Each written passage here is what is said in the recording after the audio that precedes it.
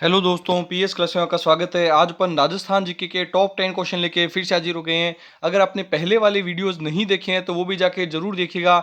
इससे पहले भी मैं खान व खनी से संबंधित, राजस्थान के नए जिलों से संबंधित बहुत इंपॉर्टेंट क्वेश्चन जो बार बार एग्जाम से पूछे जा सकते हैं वही क्वेश्चन करने के प्रयास किए हैं। और आज की क्लास अपन शुरू करते हैं। और आज की क्लास का अपना टॉपिक होगा मारवाड़ के राजा और मारवाड़ का इतिहास। तो मैं आपको टॉपिक वाइज क्लासेस करवाता रहता हूं और बहुत ही इंपॉर्टेंट फैक्ट बताता हुआ चलूंगा। तो आज आप अच्छे से नोट करते हुए चलिएगा। आज की क्लास शुरू करते हैं। मारवाड़ पर सर्वाधिक शासन करने वाला शासक था। वेरी वेरी इंपॉर्टेंट क्वेश्चन है ये। स्टार लगा लीजिएगा, बहुत अच्छे क्वेश्चन हैं सारे। तो मारवाड़ पर सबसे ज्यादा समय तक शासन करने वाला शासक कौन सा था? ये क्वेश्चन जेल प्रहरी में पूछा जा चुका है और इसके साथ साथ में ये आगे आने की भी पूरी पूरी संभावना है। तो इसका सही से बताइए, राव जोधा, राव चूड़ा, राव सिंहा या राव मालदेव? तो इसका सही आंसर होगा राव जोधा। राव जोधा जिसने जोधपुर शहर की स्थापना की। आपको यह भी याद रखना है, मारवाड़ में किसको सम्मिलित किया जाता है? मारवाड़ में जोधपुर को सम्मिलित किया जाता है। मारवाड़ में किसको सम्मिलित किया जाता है? तो आपको याद रखना है जोधपुर को। और अब आपको यह भी याद रखना है कि राम लुभाई कमेटी जिसने 19 नए जिलों की सिफारिश की थी, उनके आधार पर जोधपुर को दो भागों में बांट दिया गया है। जोधपुर ग्रामीण, ये भी आप करंट से याद रख सकते हैं, जोधपुर ग्रामीण और जोधपुर शहरी, ये आपको ध्यान में रखना है। तो मारवाड़ का क्षेत्र जोधपुर के आसपास का जो इलाका है, जोधपुर, नागौर और बीकानेर के आसपास का जो इलाका है, वो सारा क्या कहलाता है? मारवाड़ क्षेत्र कहलाता है। जैसलमेर इसके साइड के आसपास का इलाका भी मारवाड़ में आता था। तो जोधपुर मुख्य रूप से जो मेन भाग है इसका वो जोधपुर में आता है। तो जोधपुर दो भागों में बंट चुका है, जयपुर ग्रामीण और शहरी, ग्रामीण और शहरी। तो अब बताइएगा, मारवाड़ पर सबसे ज्यादा इसका सही आंसर था राव जोधा, जिन्होंने जोधपुर शहर की स्थापना की थी। अब एक्स्ट्रा फैक्ट देखिएगा जो कि बहुत अच्छे हैं। तो इसका सही आंसर हो गया राव जोधा। अब इन्होंने कब से कब तक शासन किया? तो ये पूछा नहीं जाता आजकल, लेकिन फिर भी आपको ये भी याद रखना है कि शासनकाल कब से कब तक है। 1438 से लेकर के 1489 तक इनका शासनकाल। तो लगभग 50 वर्ष। सबसे ज्यादा किस लिए कहा जाता है? लगभग 50 वर्ष तक शासन किया था। एक आपको साथ में यह भी याद रखना है कि बीकानेर के शासक थे राव नहीं, गंगा सिंह जी, महाराजा गंगा सिंह जी, महाराजा गंगा सिंह जी। उन्होंने भी बीकानेर पे सबसे ज्यादा शासन किया था। लगभग 50-52 वर्ष के आसपास ही उन्होंने शासन किया था। ये आपको ध्यान रखना है, क्योंकि बहुत कम राजा होते हैं जो 50 वर्ष तक लगभग शासन कर पाते हैं। तो राव जोधा के द्वारा 50 वर्ष तक शासन मारवाड़ पर किया गया था। अब एक्स्ट्रा फैक्ट और ध्यान रखिएगा। तो राव जोधा के द्वारा जोधपुर शहर की स्थापना कब की गई थी? बहुत बार पूछी जा चुकी है। तो ये याद रखना, 1459 में, 1459 के अंदर जोधपुर शहर की स्थापना की गई। एक चीज आप एक्स्ट्रा फैक्ट में याद रख सकते हैं, 100 साल बाद, इसके ठीक 100 साल बाद उदयपुर बना था। 1559 में महाराजा उदय सिंह के द्वारा, महाराणा प्रताप के पिता महाराणा उदय सिंह के द्वारा उदयपुर की स्थापना 1559 में। देखिए, याद रख सकते हैं दोनों चीजें साथ में। तो 1459 में राव जोधा के द्वारा जोधपुर बसाया गया और 1559 में उदयपुर के शासक महाराजा उदय सिंह के द्वारा उदयपुर की स्थापना की गई थी। और इसकी नींव किसके द्वारा रखी गई थी? अब बताइएगा, इन्होंने एक महल का निर्माण कराया था जिसका नाम है मेहरानगढ़ महल या फिर मेहरानगढ़ दुर्ग। मेहरानगढ़ दुर्ग बोलना ज्यादा उचित रहेगा। मेहरानगढ़ दुर्ग का निर्माण करवाया था इन्होंने, मेहरानगढ़ दुर्ग का निर्माण करवाया था। तो उस दुर्ग को अन्य किस नाम से जाना जाता है? तो इसका याद रखिएगा, उसको मयूर ध्वजगढ़ बोला जाता है। उसको क्या बोला जाता है? मयूर ध्वजगढ़। मयूर ध्वजगढ़ के नाम से उसको जाना जाता है। और साथ साथ में आपको यह भी याद रखना है कि यह कौन सी पहाड़ी पर है, यह भी पूछा जा चुका है। तो यह चिड़िया टूक पहाड़ी पर, किस पहाड़ी पर है? चिड़िया टूक पहाड़ी पर। मेहरानगढ़ दुर्ग चिड़िया टूक पहाड़ी पर है। और एक फैक्ट देखिएगा कि मेहरानगढ़ दुर्ग की नींव किसके द्वारा रखी गई थी? तो मेहरानगढ़ दुर्ग की नींव, मेहरानगढ़ दुर्ग की नींव करणी माता के द्वारा रखी गई थी। कौन सी माता के द्वारा? करणी माता, जिनके बचपन का नाम है रिद्धू बाईसा। जिनके बचपन का नाम क्या है? रिद्धू बाईसा। इनका प्रसिद्ध मंदिर कहाँ है? तो ये भी आप याद रख सकते हैं, बीकानेर में देशनोक नामक जगह पर इनका सबसे प्रसिद्ध मंदिर है करणी माता का। और पूरे राजस्थान में सबसे बड़ी ओरण क्या होती है? चरागाह भूमि, जहां पर पशुओं के लिए चरने के लिए छोड़ दी जाती है। तो सबसे बड़ी ओरण इन्हीं की है, करणी माता की ओरण। पूरे राजस्थान में कितने किलोमीटर की है? 36 किलोमीटर की। ये याद रखिएगा। देखिए कितने सारे क्वेश्चन एक ही क्वेश्चन में अपन करते हुए चल रहे हैं। नेक्स्ट क्वेश्चन देखिएगा, मारवाड़ के किस शासक को हसमत वाला बादशाह कहा गया है? स्टार लगा लीजिए, वेरी वेरी इंपॉर्टेंट क्वेश्चन है ये भी। मारवाड़ के किस शासक को हशमत वाला बादशाह कहा गया है? मतलब हशमत वाला शासक क्या होता है? जिसमें पावर बहुत ज्यादा मात्रा में हो, वो काफी ज्यादा कार्य कर सकता है, उसको बोला जाता है हशमत वाला शासक। तो हशमत वाला शासक किसने कहा? पहले तो ये पूछा जा सकता है। तो आपको याद रखना है अबुल फजल, इतिहासकार, फारसी इतिहासकार कौन है? अबुल फजल। अबुल फजल के द्वारा, बदायूनी के द्वारा, बदायूनी के द्वारा, बदायूनी के द्वारा इन्हें क्या कहा गया है? हशमत वाला बादशाह। ये दोनों इतिहासकार के नाम याद रखिएगा, अबुल फजल और बदायूनी, और एक निजामुद्दीन और इतिहासकार है, इन तीनों ने इन्हें क्या कहा है? हशमत वाला शासक कहा है। तो और साथ साथ में ये भी याद रखेगा कि इनको भारत का महान पुरुषार्थी राजकुमार भी कहा गया है। किसने? बदायूनी के द्वारा। इसने बदायूनी के द्वारा इन्हें भारत का महान पुरुषार्थी राजकुमार के रूप में भी कहा गया है। तो किसे कहा गया ये इसका आंसर बताना है। राव मालदेव, राव चंद्रसेन, राव रणमल, राव जोधा। तो इसका सही आंसर राव मालदेव। राव मालदेव जो जोधपुर के शासक थे, मारवाड़ के शासक थे, उन्हें क्या कहा गया है? हशमत वाला शासक कहा गया है। और काफी इंपॉर्टेंट है क्योंकि इनके एक द्वारा एक युद्ध लड़ा गया जो काफी चर्चित युद्ध था, वो अपन आगे आने वाले क्वेश्चन में डिस्कस करेंगे। नेक्स्ट क्वेश्चन देखते हैं। एक फैक्ट आपको अभी बता देते हैं, चलो आने वाले क्वेश्चन में डिस्कस करेंगे वो क्वेश्चन भी। तो देखिए आगे नेक्स्ट क्वेश्चन है, रूठी रानी के नाम से इतिहास में प्रसिद्ध है। वेरी वेरी इंपॉर्टेंट है, ये भी स्टार लगा लीजिएगा। ये क्वेश्चन भी बहुत बार आ चुका है, सेकंड ग्रेड पेपर में 2 बार रिपीट हो चुका है ये क्वेश्चन। तो रूठी रानी के नाम से इतिहास में कौन से रानी प्रसिद्ध है? पद्मावती, उमादे, कर्मावती या रूपमती? तो इसका सही आंसर क्या होगा? उमादे। उमादे को क्या कहा जाता है? रूठी वाली रानी के नाम से जाना जाता है। तो ये रूठी वाली रानी किसकी पत्नी थी? ये आपको ध्यान रखना है, राव मालदेव। अभी ऊपर डिस्कस करके गए हैं, राव मालदेव की पत्नी कौन थी? रूठी रानी। ये रूठ करके चली गई थी, मालदेव से रूठ करके चली गई थी, इसी वजह से इनका नाम क्या रखा गया था? रूठी रानी रखा गया था। और अब एक्स्ट्रा फैक्ट देखिएगा, यह किन की पुत्री थी? यह जैसलमेर के शासक राव लूणकरण की पुत्री थी। जैसलमेर के शासक थे लूणकरण, राव लूणकरण, लूणकरण की पुत्री थी। ये आपको ध्यान में रखना है और बहुत इंपॉर्टेंट क्वेश्चन है। और रूठ करके इनका एक दुर्ग बनाया गया था, तारागढ़ दुर्ग अजमेर, वो इन्हीं की याद में बनाया गया था। ये आपको ध्यान रखना है। कालांतर में इनके लिए एक दुर्ग बनाया गया था, तारागढ़ दुर्ग, जो कि अजमेर में स्थित है। ये आपको ध्यान रखना है। और ये भी आपको ध्यान रखना है कि ये रूठी रानी उमादे, ये मालदेव शासक, इसके इनके पति का नाम था राव मालदेव। इनकी निशानी के साथ में सती हुई थी। इनकी निशानी के साथ में क्या हुई थी? ये सती हुई थी। ये भी आपको ध्यान रखना है, बहुत इंपॉर्टेंट क्वेश्चन है ये। नेक्स्ट क्वेश्चन देखते हैं, गिरी सुमेल का युद्ध कब लड़ा गया? ये भी बहुत इंपॉर्टेंट है। गिरी सुमेल का युद्ध कब लड़ा गया? जनवरी 1544, नवंबर 1544, जून 1544 या अक्टूबर 1544? इसका सही आंसर होगा जनवरी 1544 के अंदर गिरी सुमेल का युद्ध। काफी ज्यादा इंपॉर्टेंट युद्ध है। इसके पीछे वजह क्या है सुनिएगा। देखिए ये युद्ध किसने लड़ा? मालदेव। अभी अपन ऊपर डिस्कस कर चुके हैं। मालदेव वर्सेस सामने कौन था? शेर शाह सूरी, गुजरात का शासक शेर शाह सूरी, जो उस समय कहाँ का शासक बन गया था? वो उस समय दिल्ली का शासक था। ये आपको ध्यान रखना है। मूल रूप से तो ये अफगान से आया था, अफगान शासक था, और गुजरात वाला इलाका सबसे पहले पड़ता है, तो वो गुजरात में इसने अपने मतलब शासन स्थापित कर लिया था। लेकिन कुछ समय बाद कालांतर में ये 1544 के समय में ये कहाँ का शासक था? तो आपको ये याद रखना है, दिल्ली का शासक था। तो कुल मिलाकर दिल्ली का जो शासक होता था वो पूरे भारत का शासक कहलाता था। तो वो उस समय हिंदुस्तान का बादशाह, हिंदुस्तान का शासक था। और इस समय शेर शाह सूरी की हालत इतनी खराब हो चुकी थी कि वह युद्ध हारने वाला था। उस समय युद्ध हारने वाला था, ये आपको याद रखना है। मालदेव के 2 सेनापति थे, उनका नाम याद रखना, जेता और कुंपा।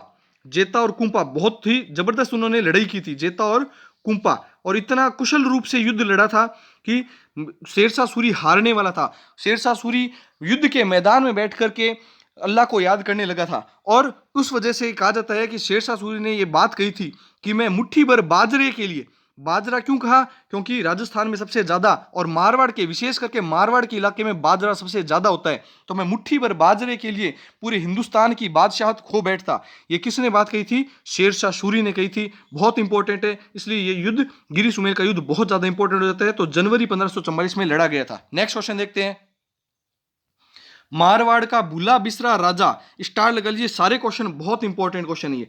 तो इसका सही आंसर बताइए। मारवाड़ का भूला बिसरा राजा, ये बेसिक कंप्यूटर अनुदेशक की भर्ती आई थी 2022 में, उसमें पेपर में ये आ चुका है क्वेश्चन। तो मारवाड़ का भूला बिसरा राजा किसे कहा जाता है? रावचंद्र सेन को, राव गांगा को, महाराजा अजीत सिंह को, या जसवंत सिंह प्रथम को। तो इसका सही आंसर होगा रावचंद्र सेन को मारवाड़ का भूला बिसरा राजा कहा जाता है। स्टार लगा लीजिएगा, बहुत इंपॉर्टेंट क्वेश्चन है। रावचंद्र सेन को इनका क्या कहा जाता है? मारवाड़ का भूला बिसरा राजा। और एक्स्ट्रा फैक्ट देखिएगा, इनको और क्या क्या कहा जाता है, इनकी उपाधियां ही बहुत ज्यादा प्रसिद्ध है। मारवाड़ का महाराणा प्रताप, इन्हें ये क्या कहा जाता है? मारवाड़ का महाराणा प्रताप। मारवाड़ का प्रताप के नाम से इनको जाना जाता है।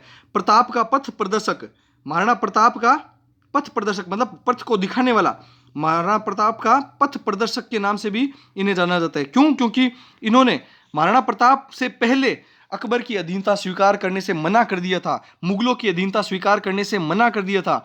मुगल इनके विरुद्ध निरंतर संघर्ष कर रहे थे कि ये समर्पण कर दे, लेकिन उन्होंने समर्पण करने से मना कर दिया था। ये आपको ध्यान रखना है। इसी वजह से इनको मारवाड़ का महाराणा प्रताप और मारवाड़ का भूला बिसरा राजा ये सब कहा जाता है।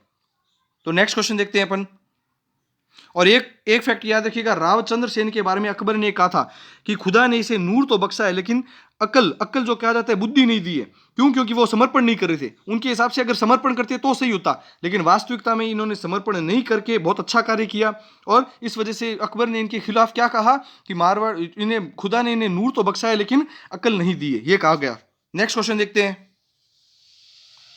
मुगल शासक जहांगीर ने दल थंबन की उपाधि किसे प्रदान की? वेरी वेरी इंपॉर्टेंट है ये क्वेश्चन भी। दल थंबन मतलब क्या होता है? सबसे पहले ये समझते हैं।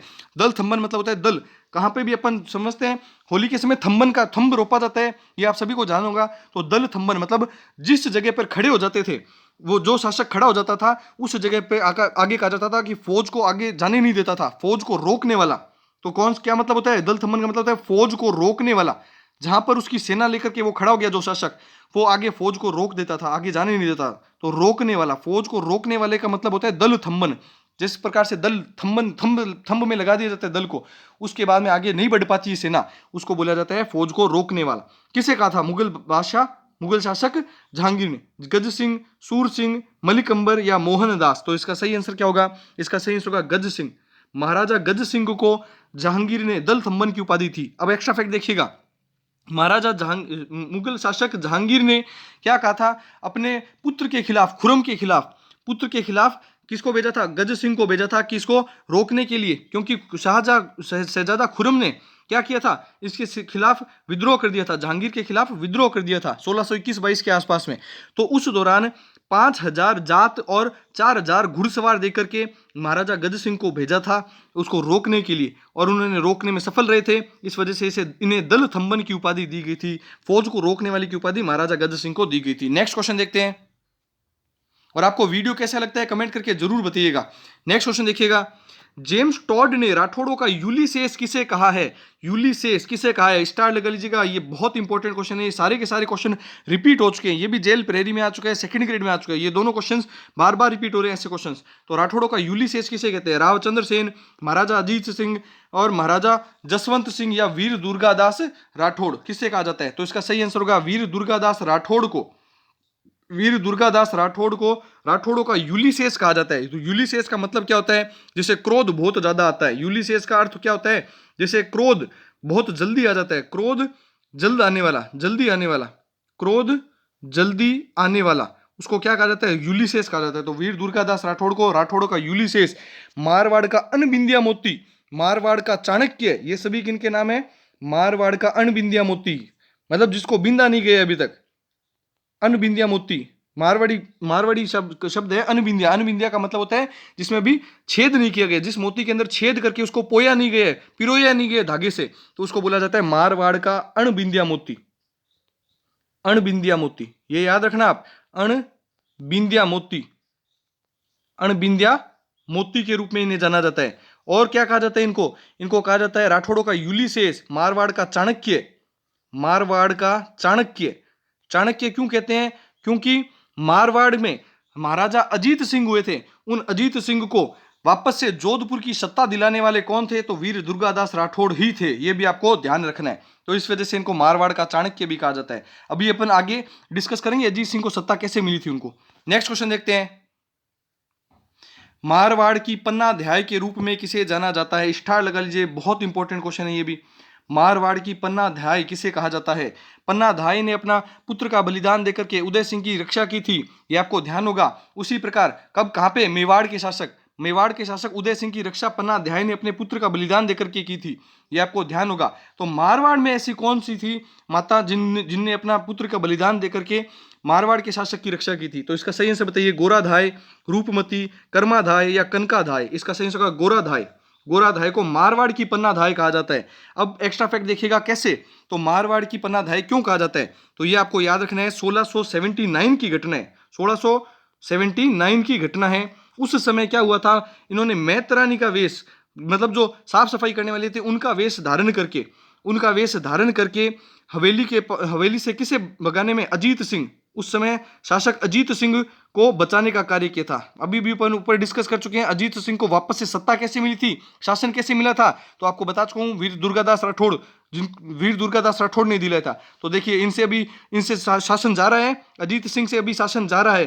क्यों? क्योंकि इनको कोई मारने के लिए आ रहा था। उस समय इन्होंने अजीत सिंह को अपने पुत्र को वहां पे सुलाया और अजीत सिंह को वहां से बाहर भेजा। कालबेलिया बने हुए मुकुंद दास खींची के साथ भेजा था। यह भी आपको याद रखना है, कालबेलिया के रूप धारण करे मुकुल दास खींची के साथ में भेजा था। और फिर उन्हें वापस से सिरोही के मंदिर में छिपा दिया, सिरोही के कालिंद्री मंदिर में छिपा दिया गया था। और उसके बाद में वहां पर जयदेव नामक ब्राह्मण ने इनकी परवरिश की, किसकी? अजीत सिंह की। और बड़ा होने के पश्चात में वापस से दुर्गादास जी के साथ सहायता से इन्हें वापस से मारवाड़ का शासन दिलाया गया था। तो देखिएगा, तो इसका सही आंसर होगा गोराधाय ने अपने पुत्र का बलिदान देकर के उनकी जगह कुंवर अजीत सिंह को बचाया था। ये आपको ध्यान रखना है। नेक्स्ट क्वेश्चन देखते हैं, मतीरे की राड़ नामक युद्ध कब लड़ा गया? वेरी वेरी इंपॉर्टेंट क्वेश्चन लगा लीजिए, ये भी स्टार लगा लीजिए, ये क्वेश्चन भी। मतीरे के राड़ का युद्ध कब लड़ा गया था? 1640 में, 1644 में, 1648 में या 1650 में? तो इसका सही आंसर क्या होगा? इसका सही आंसर 1644 ईस्वी में मतीरे की राड़ किस किस के बीच में थी? तो आपको ये याद रखना है कि नागौर के शासक अमर सिंह और बीकानेर के शासक करण सिंह, इन दोनों के बीच में झगड़ा हो गया था। इन दोनों के बीच में तो नहीं हुआ था, इन दोनों की जो जनता थी, बीकानेर की जनता और जो नागौर की जनता थी, उन दोनों के बीच में झगड़ा हो गया था कि एक की खेत में तो क्या लग रहा थी, एक की खेत में तो बेल लग रही थी और एक की खेत में मतीरा लग रहा था। तो दोनों में झगड़ा हो गया था कि मतीरा हमारा है और हम मतीरे को खाएंगे। उस इतनी छोटी सी बात पर मतीरे की राड़ हो गई थी। कब हुई थी? 1644 ईस्वी में हुई थी। तो ये आपको ध्यान रखना है। और इसमें जीता कौन था, ये भी आपको पूछा जाए तो आपको याद रखना है कि बीकानेर के नरेश करण सिंह इसमें विजयी हुए थे। क्यों हुए थे? क्योंकि अमर सिंह तो जो नागौर के अमर सिंह थे वो तो उस समय नागौर में मौजूद ही नहीं थे, वो तो दिल्ली दरबार में मौजूद थे। और विजय कौन हुए थे? बीकानेर के नरेश करण सिंह। ये आपको ध्यान रखना है। नेक्स्ट क्वेश्चन देखते हैं, अकबर द्वारा नागौर दरबार किस वर्ष लगाया गया? स्टार लगा लीजिए, ये सारे के सारे क्वेश्चन बार बार एग्जाम में पूछे गए हैं। अकबर द्वारा नागौर दरबार कब लगाया? 1569, 1570, 1565 या 1575? तो इसका सही आंसर 1570 के ईस्वी में नागौर दरबार लगाया गया। इसका उद्देश्य क्या था? मारवाड़ के जितने भी शासक है, बीकानेर के, जैसलमेर के, जोधपुर के, इन आसपास के इलाकों के जितने भी शासक है, सारे के सारे आकर के अकबर की अधीनता स्वीकार कर ले, इस वजह से नागौर में दरबार लगाया गया था। ये आपको ध्यान रखना है, 1570 में लगाया गया था। बहुत इंपॉर्टेंट है, बार बार पूछा जा चुका है। और इसी समय अकबर, इस समय जब यहाँ पर आया था, नागौर दरबार लगाया, उससे पहले अकबर ने, ये भी आपको याद रखना है, वैवाहिक संबंध स्थापित कर लिए थे। कहां पर? आमेर के शासक के साथ में उन्होंने उनकी पुत्री के साथ में वैवाहिक संबंध भी स्थापित कर लिए थे। ये भी आपको ध्यान रखना है। तो 1570 में नागौर दरबार लगाया था। एक आपको एक्स्ट्रा फैक्ट ये ध्यान रखना कि नागौर का जो दुर्ग है, नागौर का दुर्ग ऐसा दुर्ग है जिसके ऊपर गोले से, जब उसके ऊपर गोले बरसाए जाते हैं तो गोले उसको बिना छुए हुए सीधे निकल जाते हैं। इस प्रकार से उसकी बनावट का निर्माण किया गया। तो इसका सही आंसर क्या है? 1570। आई होप जो भी अपन ने क्वेश्चन किए हैं आपको अच्छे लगे होंगे। वीडियो कैसा लगा है आपको कमेंट करके जरूर बताइएगा। और ऐसी ही क्लासेस देखने के लिए चैनल को लाइक, शेयर, सब्सक्राइब कीजिएगा और जितना ज्यादा हो सके दोस्तों में, स्टडी ग्रुप में चैनल को शेयर कीजिएगा। Thank you.